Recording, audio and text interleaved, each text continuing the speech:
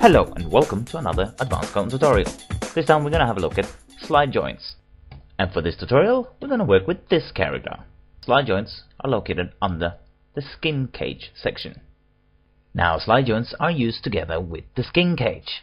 And if you're not familiar with why or how to use the skin cage, I suggest checking out the video called Demonstration 8, which you'll find on our YouTube channel or on our Facebook page. I have for this character already generated the skin cage and adjusted the skin curves to match the geometry. So we have already some basic deformation. Now let's have a look at some of the typical deformation challenges. Let's animate the bend of the elbow and see how it deforms.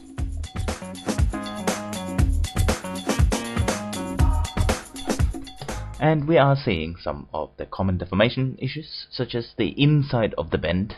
The geometry seems to be crunching up, and also we are losing volume. So let's have a look at how we can use slider joints to help.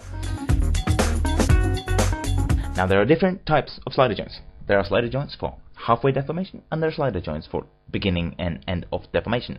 And these things are already defined by your skin curves. The green curve is your halfway deformation, and we're going to place the first set of slider joints here.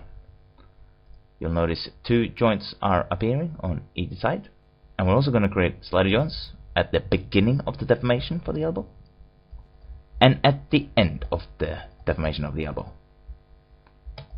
Now let's start off with just looking at the joints.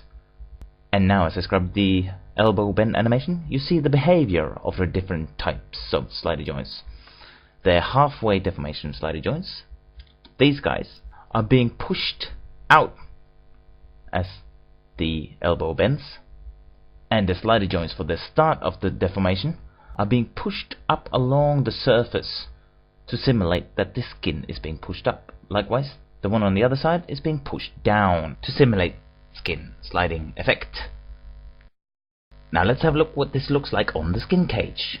As we bend the elbow, you'll notice we are preserving the volume of the elbow and avoiding crunching up. Now to more closely see the effect, each slider joint has a slide attribute where you can decide how much of the effect you want. So what we can do is select all our slider joints, and with the elbow bent, we can adjust the amount for all the slider joints and see how we're getting different results. And I will now exaggerate the values to highlight the behavior of the system.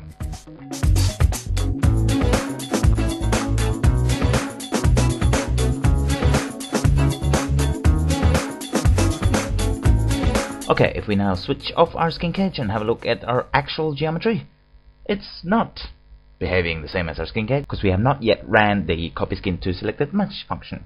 Now before we do so, it's important to run this in the bind pose, which we have here with frame 1. Now we select our mesh and hit copy skin to select the mesh. This is copying the weights from the skin cage onto high-res geometry, and it automatically also adds all the slider joints as influences to your high-res skin.